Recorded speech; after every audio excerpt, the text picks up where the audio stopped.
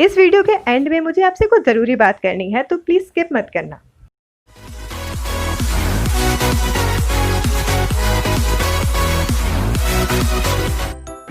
Fact 10, ये है Switzerland का एक बहुत फेमस स्कल्पचर जिसका नेम है एम्प्टीनेस स्टैचू। ये स्टैचू ऑफ एम्प्टीनेस, और ये रिप्रेजेंट करता है कि हम कैसा फील करते हैं जब हम दुख से भरे हुए होते हैं, कैसा फील करते हैं जब हम किसी अपने करीबी को खो देते हैं। कई लोग इस स्टैचू को बहुत अप्रिशिएट करते हैं क्योंकि ये वो फीलिंग्स पोर्ट्रे करता है जो हम कभी शब्दों में बयान नहीं कर पाते।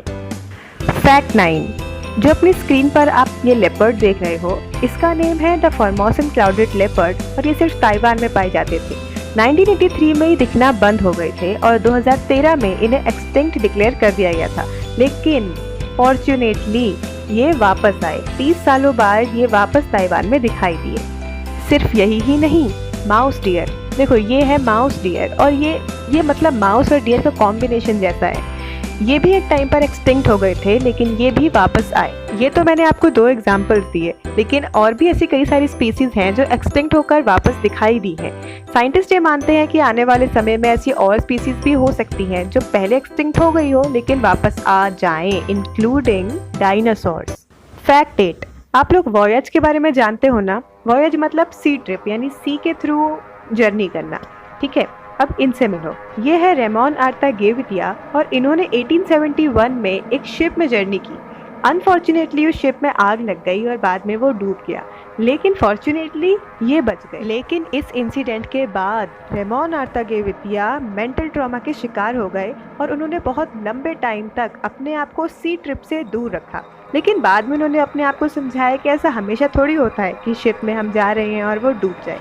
तो ये 40 सालों बाद हिम्मत करके वापस सी ट्रिप पर गए, और जिस शिप में ये सवार थे उसका नाम था, समझ गए आप? Yes, the Titanic. और टाइटैनिक के साथ क्या हुआ ये बताने की तो ज़रूरत नहीं है, बट फॉर्चुनेटली ये उन लोगों में से थे जिन्होंने टाइटैनिक सिंक को सरवाइव किया था। ये बच गए थे फॉर्चुनेटली। फैक्ट 7, ये पिक्चर देखो, ये किसी पार्क की फ़ोटो नहीं है, ये कनाडा की स्ट्रीट ऑफ मॉन्ट्रियल की फ़ोटो है। जी हाँ, कनाडा की स्ट्रीट ऑफ मॉन्ट्रियल के बस स्टॉप पर कुछ इस तरह से म्यूजिकल स्विंग्स लगाए गए हैं, यानी कि जब आप बस के लिए वेट करोगे तो सिर्फ आपको बैठे नहीं रहना होगा, आप यहाँ झूल सकते हो, और जब आप झूलोगे तो नीचे से गाने भी बजेंगे। ये म्यूजिकल स्विंग्स है। This is called a creative wonderful idea.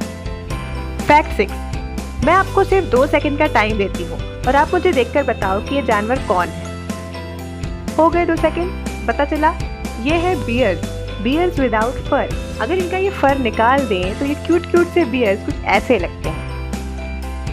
Fact 5, ये एक बहुत ही शॉकिंग फैक्ट है। ये जो बच्चा आप अपनी स्क्रीन पर देख रहे हो, ये है रशिया का बोरिश्का किप्रियानोविक, और ये क्लेम करता है कि ये अपने पिछले जन्म में मार्शियन था, मार्स पर रहने वाला था, मंगल ग्रह का निवासी था।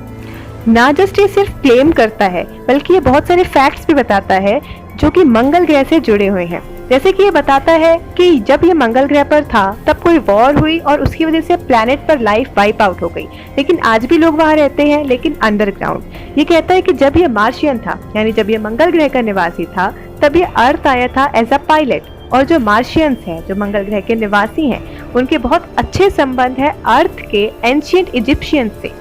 कुछ समझ पा रहे हो आप?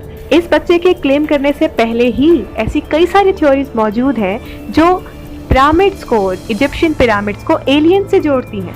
ये बच्चा आगे बताता है कि जो लोग मार्स पर रहते हैं उनकी कभी मृत्यु नहीं होती, वो 35 सालों बाद एजिंग करना बंद कर देते हैं, और वो 7 फीट टॉल होते हैं और कार्बन डाइऑक्साइड ब्रीथ करते हैं। जैसे कि मैंने आपको बताया कि वो कहता है कि लोग मार्स पर धरातल पे नहीं रहते, बल्कि अंडरग्राउंड रहते हैं, अंडरग्राउंड। इनकी मदर क्लेम करती है कि ये बच्चा बचपन से ही मार्स और उसके फैक्ट्स को लेकर बहुत बातें करता था।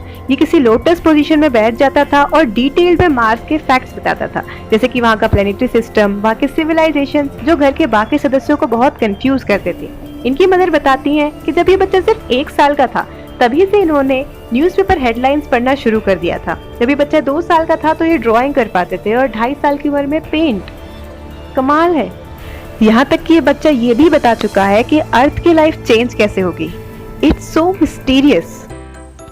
फैक्ट 4, पता है कुछ लोगों को एक साइकोलॉजिकल डिसऑर्डर हो जाता है जिसे कहते हैं बोन ट्रॉफी और इसमें इंसान खुद को एक गाय या बैल समझने लगता है। मतलब वो अपनी ज़िंदगी एक काऊ या एक ऑक्स की तरह ही बिताते हैं, जैसे घास खाना, 4 पैरों पे चलना। देखो इन फोटोज़ को देखकर ही आप समझ जाओ कि बोन ट्रॉफी कैसा डिसऑर्डर है। फैक्ट 3, आपने टीवी पे कई सारी गाड़ियों के ऐड देखे होंगे, लेकिन क्या कभी आपने लैम्बोर्गिनी का ऐड देखा है? नहीं देखा होगा, क्योंकि कभी लैम्बोर्गिनी टीवी पर अपनी गाड़ियों का प्रचार करती ही नहीं है।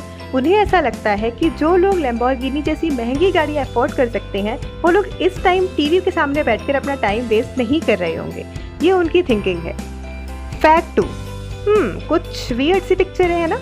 ये है माइक द हेडलेस चिकन, जिसे मिरेकल माइक भी कहते हैं। और एक ऐसा चिकन है जो अपने सर के कटने के 18 महीनों बाद तक जिंदा रहा।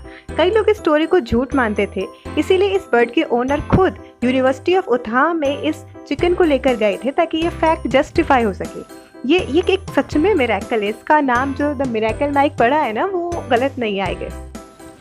फैक्ट 1 से पहले अगर अभी तक आपने वीडियो को लाइक और चैनल को सब्सक्राइब नहीं किया है तो अब कर लो। फैक्ट 1, क्या कभी आपने अंटार्कटिका के ब्लड फॉल्स के बारे में सुना है? एक्चुअली इन पिक्चर्स को देखकर तो ऐसा ही लगता है कि ये रेडिश डिपोजिट ब्लड है और वो फॉल हो रहा है, यानी कि खून बह रहा है, बट एक्चुअली में ये ब्लड नहीं है। देखो, जो सी वाटर होता है वो सलाइन होता है, ये तो आप जानते ही हो, लेकिन आप ये भी जान लो कि सी वाटर में या किसी भी वाटर में जिसका कंसंट्रेशन बहुत ज़्यादा है, उसमें आयरन भी पाया जाता है, और इस केस में आयरन की मात्रा कुछ ज़्यादा ही है। तो जब ये आयरन बाहर के ऑक्सीजन से मिलता है तो ये आयरन ऑक्साइड बनाता है, जिसका कलर होता है रेडिश ब्राउन, और वही कलर हमें दिखता है। तो ये एक्चुअली कोई खून बूंद नहीं है, ये जस्ट ज़्यादा आयरन की वजह से होता है। अब मुझे आप लोगों से कुछ ज़रूरी बात करनी है। आप में से कुछ लोग मेरी लास्ट वाली वीडियो नहीं देख पाए होंगे, क्योंकि मैंने उसे अपलोड करने के बहुत कम टाइम में ही प्राइवेट कर दिया था। ऐसा मैंने इसलिए किया क्योंकि मुझसे 1-2 लोगों ने कहा कि जो मैंने लास्ट में शिनचैन वाला फैक्ट बताया है वो रियल नहीं है, वो र्यूमर है। मेरे पास ऐसे कुछ स्क्रीनशॉट्स और वेबसाइट है जो ये बताते हैं कि वो फैक्ट रियल है, बट स्टिल विकिपीडिया या और किसी ऑथेंटिक जगह पर इसके बारे में कोई क्लैरिफिकेशन नहीं है, इसलिए मैंने उस वीडियो को तुरंत ही प्राइवेट कर दिया, क्योंकि मैं नहीं चाहती कि मैं र्यूमर्स फैलाऊं। उस वीडियो के बाकी फैक्ट्स आप तक ज़रूर पहुंच जाएंगे, मतलब जिन लोगों ने वो फैक्ट्स नहीं देखे हैं उन तक ज़रूर पहुंच जाएंगे। और अगर आपको, जिन्होंने देख ली है, अगर आप लोगों को लगता है कि एक फैक्ट रिपीट हो रहा है किसी वीडियो में, तो प्लीज़ स्किप मत करना वीडियो। वो उन लोगों के लिए है क्योंकि वो वीडियो बहुत ही कम देखी गई है, मैंने बहुत कम टाइम में इसे प्राइवेट किया है, तो जाहिर सी बात है लोगों तक वो पहुँच ही नहीं पाई। तो उस इन्फॉर्मेशन का बाहर निकलना काफ़ी ज़रूरी है। बाकी अगर कभी शिनचैन वाले फैक्ट पर कोई क्लैरिफिकेशन आता है तो मैं ज़रूर बताऊंगी कि वो रियल है या र्यूमर। सो मुझे लगा आपसे ये बात शेयर करना ज़रूरी है, क्योंकि मैं आप लोगों के लिए ही वीडियोस बनाती हूँ।